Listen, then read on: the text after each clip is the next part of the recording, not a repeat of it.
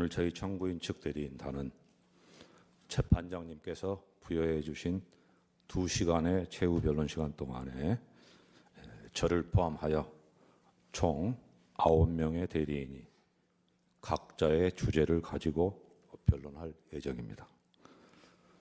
그럼 저부터 피청구인에 대한 신속한 파면만이 답입니다.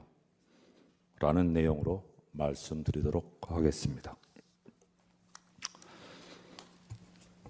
대한민국은 민주공화국입니다. 민주공화국은 국민 주권을 출발점으로 합니다. 그래서 헌법 제1조 1항은 대한민국은 민주공화국이다. 제2항은 대한민국의 주권은 국민에게 있고 모든 권력은 국민으로부터 나온다 라고 선언하고 있습니다. 또한 민주공화국은 대의민주제를 바탕으로 하고 있습니다. 국민이 국가 의사를 직접 결정하지 않고 대표자를 선출하여 결정하게 하는 것입니다. 대의민주주의 실현을 위해서는 선거가 필수적입니다. 선거와 선출직 공무원의 임기제는 민주공화국 국민이 공존하기 위한 최소한의 법칙입니다. 피청구인처럼 선거에 의해 선출된 사람 스스로가 선거의 공정성에 의문을 제기한다면 민주공화국은 존립할 수 없습니다.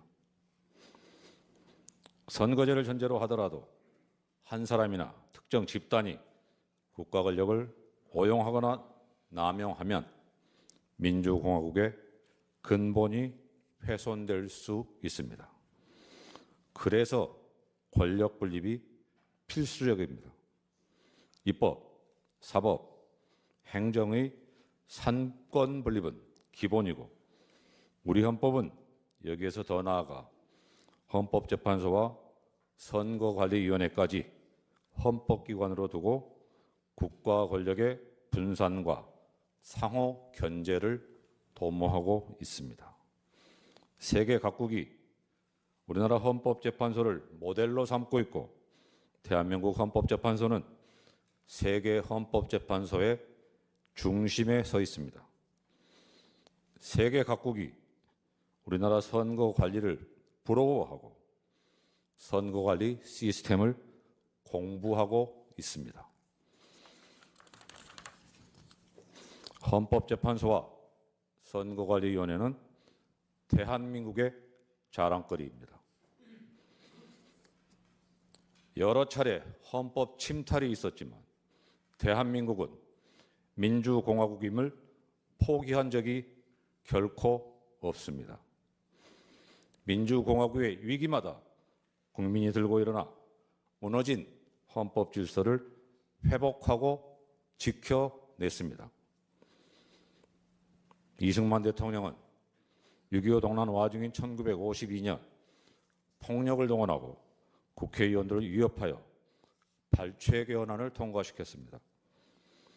여소야대 정국에서 간선제로는 대통령이 될 가능성이 없자 저지른 짓입니다. 1954년에는 삼선 제한을 철폐하는 개헌안을 4.4.5입이라는 황당한 계산법을 적용하여 통과시켰습니다. 이승만이 종신 독재의 야욕을 드러내자 민심은 등을 돌렸습니다. 그러자 이승만 정권은 1960년 그 유명한 3.15 부정선거를 저지르고 맙니다. 박정희 대통령은 어떠했습니까? 4.19 혁명 후 민주주의 회복 과정에서 혼란을 빚자 5.16 군사 쿠데타로 정권을 잡았습니다. 1969년 대통령 3선 금지 구정을 폐지하는 헌법 개정을 했습니다. 1972년 비상계엄을 선포하고 유신헌법을 만들었습니다. 통일 최국민회의를 설치하여 간선제로 대통령과 국회의원 정수의 3분의 1을 선출하도록 하였습니다. 대통령에게 국회 해산권을 부여했습니다. 국민은 저항하였고 박정희 독재 정권은 긴급조치 남발로 연명하였습니다. 전두환 대통령은 12.12 군사 쿠데타로 정권을 잡았습니다. 친위 쿠데타입니다. 대통령 간선제는 유지되었고 국가보위 입법회의가 만들어져 국회를 대체하기도 하였습니다. 이승만, 박정희, 전두환 대통령은 모두 전시 비상계엄이나 스스로 선포한 비상계엄 하에서 헌법 개정을 통해 독재의 길로 접어들었습니다. 그러나 영구 집권을 꿈꾸던 이들은 모두 비참한 최후를 맞이해야만 했습니다. 이승만은 4.19 혁명 후 미국으로 망명하였습니다. 국민으로부터 버림받은 초대 대통령은 하와이에서 쓸쓸하게 숨졌습니다. 박정희는 산업화의 업적을 뒤로하고 부하가 쏜 총탄에 맞아 비명 행사하였습니다. 전두환은 권좌에서 내려왔지만 반란 및 내란 수괴죄로 법정에 서는 것을 피할 수 없었습니다. 수많은 대한민국 국민이 역사의 고비마다 민주공화국 수호를 위하여 피 흘리고 목숨 바치고 옥살이를 마다하지 않은 결과입니다. 1960년 4.19 혁명, 1979년 부마 민주항쟁, 1980년 5.18 광주 민주화운동, 1987년 6월 민주항쟁이 대표적입니다. 피청구인은 2024년 12월 3일 심야에 우리 대한민국 국민이 피와 목숨을 바쳐 지켜온 민주헌정 질서를 무참하게 짓밟았습니다. 1987년 헌법 개정 이후 대한민국 국민은 민주공화국의 이념과 원칙을 더욱 공고히 하여 왔습니다. 세계가 대한민국의 민주주의를 칭송하였습니다. 감히 현직 대통령에 의한 헌법 파괴와 민주공화국 전복 행위가 있을 것이라고는 꿈에도 생각하지 못했습니다. 그런데 2024년 12월 33일 밤 10시 23분경 한 해가 저무는 그날 밤 피청구는 정규방송을 중단시키고 나타나 국민 앞에 마주 앉아서 비상계엄 선포 담화문을 낭독하는 장면을 시청하도록 강요했습니다. 그 순간 우리는 여기저기 전화했고 이후 거의 모든 국민이 집에서, 식당에서, 길거리에서, TV나 휴대전화로 비상계엄 전개 상황을 실시간으로 시청하였습니다. 어떤 이들은 국회의사당으로 달려갔습니다. 피청구인은 담화에서 국회를 범죄자 집단의 소굴, 자유민주 체제를 붕괴시키는 괴물이라고 단정하였습니다. 파렴치한 종국 반국가 세력, 폐악질을 일삼는 망국의 원흉 반국가 세력을 반드시 일거에 척결하겠다고 결기를 보이기도 했습니다.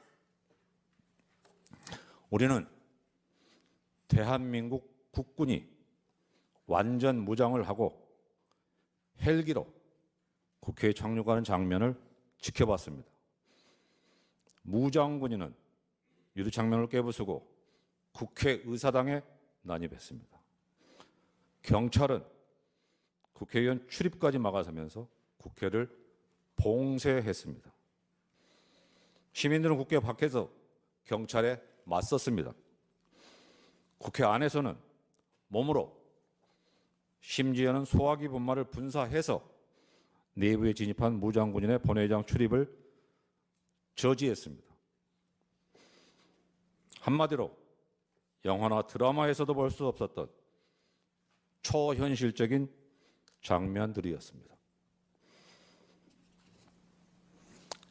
동시에 생중계되는 국회의사당 본회의장은 긴박한 바깥 사정과는 달리 차분했습니다. 국회의장은 절차 준수를 강조하였습니다. 본회의장 안팎을 동시에 지켜보고 있는 국민은 저러다 저지선이 뚫리면 어쩌나 하면서 초조하게 애타게 지켜봐야만 했습니다. 여기에 더하여 계엄군이 중앙선거관리위원회, 과천청사 등을 봉쇄, 점거하고 선거정보센터에 무단 침입하였으며 직원들의 휴대전화를 빼앗았다는 사실이 드러났습니다. 중앙선거관리위원회에 대한 이러한 행위는 피청구인의 비상계엄 선포 담화나 계엄 포고문에서는 전혀 예정되어 있지 않은 행위입니다. 국회의장, 여당 및 야당 대표, 전직 대법원장, 언론인 등을 체포 감금하려 계획했던 사실이 밝혀졌고 피청구인이 직접 나서서 계엄군의 국회 진입과 국회의 계엄 해제 결의 저지를 명령 지휘하였다는 증언과 진술이 잇따랐습니다. 현장에 동원된 군인과 경찰 병력이 수천 명에 이르렀습니다. 육군 최정예 부대인 특수전사령부, 수도방위사령부, 대군사정보 수집부대인 정보사령부, 군사보안 군 방첩 및 군에 관한 정보의 수집 처리 등에 관한 업무를 수행하는 국군 방첩사령부 등 우리 국군의 핵심 전력을 동원하였습니다. 한마디로 대한민국 헌법 파괴 행위이자 민주공화국 전복 행위입니다. 비상계엄 선포를 전후한 피청구인의 인식과 언행에 대하여 한 말씀 드리겠습니다. 피청구인은 여소야대 정국에서 대통령에 당선되었습니다. 표차는 0.73%, 초박빙이었습니다. 그럼에도 피청구인은 다수당인 야당의 존재를 인정하지 않고 무시하였습니다. 현실적이거나 잠재적인 정적 제거에 몰두하였습니다. 자신과 소속을 같이 하고 있는 집권 여당 내부 인사도 예외가 아니었습니다. 집권 여당은 작년 국회의원 총선에서도 참패하였습니다. 참패의 원인으로는 피청구인의 총선 기간 중 여러 언행이 지목되었습니다. 깊은 성찰에 터잡은 다수 야당과의 협치만이 피청구인 자신이 생존할 수 있는 유일한 선택지였습니다. 그러나 피청구인은 총선 참패가 부정선거의 결과라는 망상에 빠졌습니다. 다수 야당이 이끄는 국회가 대한민국의 헌정 질서를 짓밟고 정당한 국가기관을 교란시키는 내란을 획책하는 명백한 반국가 행위를 자행한다고 소리를 높입니다. 적반하장입니다. 피청구인이 듣기 싫은 소리는 입틀막으로 듣지 않고 듣고 싶고 보고 싶은 것만 골라보고 들은 결과입니다. 피청구는 2024년 12월 12일 담화에서 병력을 국회에 투입한 이유는 거대 야당의 망국적 행태를 상징적으로 알리고 질서유지를 하기 위한 것이지 국회를 해산하거나 기능을 마비시키려는 것이 아니다. 계엄령을 발동하되 그 목적은 국민에게 거대 야당의 반국가적 폐악 행위를 알려 이를 멈추도록 경고하는 것이었다. 라고 강변하고 있습니다. 그러면서 도대체 2시간짜리 내란이라는 것이 있습니까? 질서유지를 위해 소수의 병력을 잠시 투입한 것이 폭동이라는 말입니까? 라고 외치고 있습니다. 피청구인이 그날 밤 일선 지휘관들에게 직접 내린 명령이나 우리가 지켜본 현장 상황에 정면으로 배치되는 주장입니다. 1심 판정에서는 내란 프레임을 짜고 자신에 대한 탄핵 공작을 하고 있다면서 음모론까지 제기하고 있습니다. 비상계엄을 계몽령이라고 주장하고 있습니다. 누가 누구를 계몽하겠다는 것입니까? 법꾸라지 법비의 요설이라는 말까지 나오고 있습니다.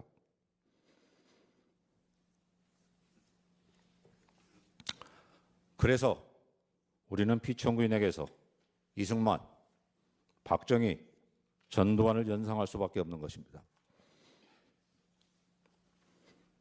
피청구는 자신의 지시 한마디가 헌법이 되는 세상을 만들고자 한 것입니다.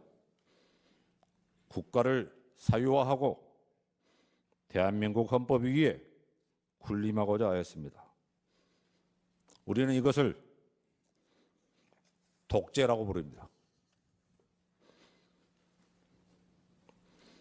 피청군이 비상계엄을 선포하는 그 순간 피청군은 더 이상 민주공화국 대한민국의 대통령이기를 스스로 포기한 것입니다.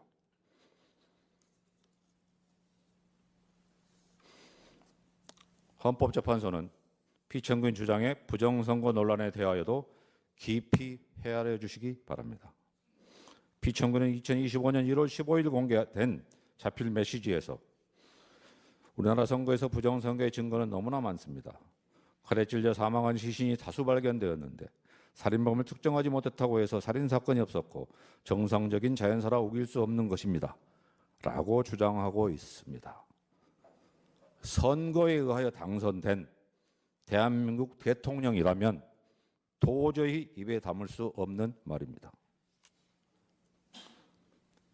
부정선거가 권력을 가진 자에 의하여 자행되었다는 역사적 사실에도 반합니다.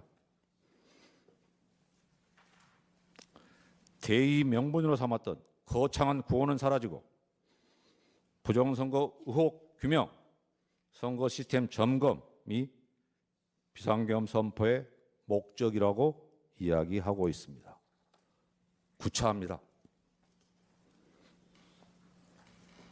여기서 잠시 과거 어느 헌법재판관의 말씀을 살펴보겠습니다.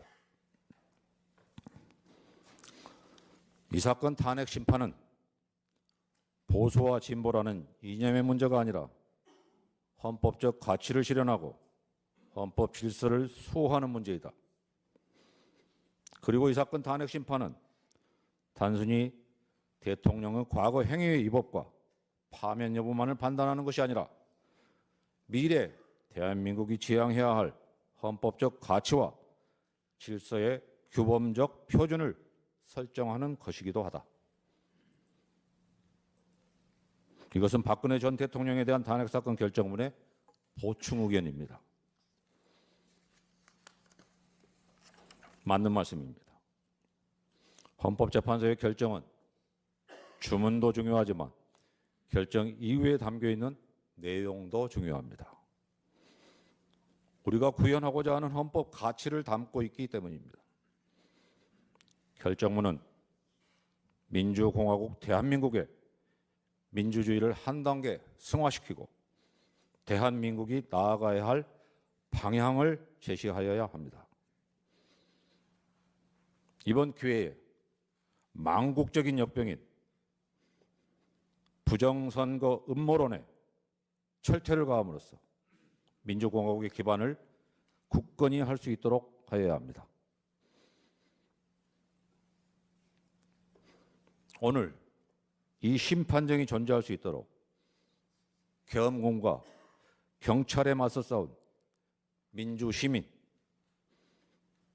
국회의원과 국회 관계자, 부당한 지시와 명령을 거부한 정의로운 군인들에 대하여 저희 헌법재판소가 할 수 있는 최소한의 보답이라고 할 것입니다. 피청구인은 한날 한시라도 신속하게 파면되어야 합니다. 피청구인은 내란 우두머리죄로 구속 기소되어 재판을 받고 있습니다. 전 국방부 장관, 군 고위 장성, 경찰 수뇌부도 내란 중요 임무 종사죄나 내란 부하 수행죄로 기소되어 구속 상태로 재판을 받고 있습니다. 피청구인이 파면을 면한다고 해서 처벌을 면할 수 있겠습니까? 다시 국정을 맡길 수 있겠습니까? 피청구인이 이 순간에도 거짓과 가장으로 자신의 지지 세력 결집을 시도하고 있습니다. 국민을 편가르고 있습니다. 폭도들이 법원에 난입하여 폭동을 일으켰습니다. 어떤 국회의원은 헌법재판소를 해체하여야 한다고 주장하고 있고, 국가인권위원회 위원이라는 사람이 헌법재판소를 두들겨 부수어 흔적도 남김없이 없애버려야 한다고 선동하고 있습니다. 극도의 혼돈과 혼란 상태가 지속되고 있습니다. 비상계엄이 우리 경제에 미치고 있는 부정적 영향은 날로 심화되고 있습니다. 소비는 위축되고 경제는 회복하기 어려운 상태로 가고 있으며 치솟은 환율은 제자리를 찾지 못하고 있습니다. 국제사회의 우려도 커지고 있습니다. 하루하루가 고통스럽습니다. 이게 나라입니까? 라는 절망의 목소리가 귓가를 맴돌고 있습니다.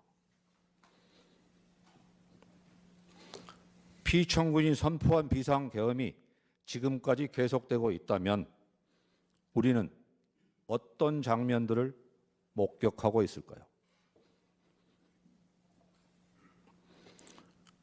피청구인이 복귀한다면 제2, 제3의 비상계엄을 선포하지 않을 것이라고 누가 보장할 수 있겠습니까?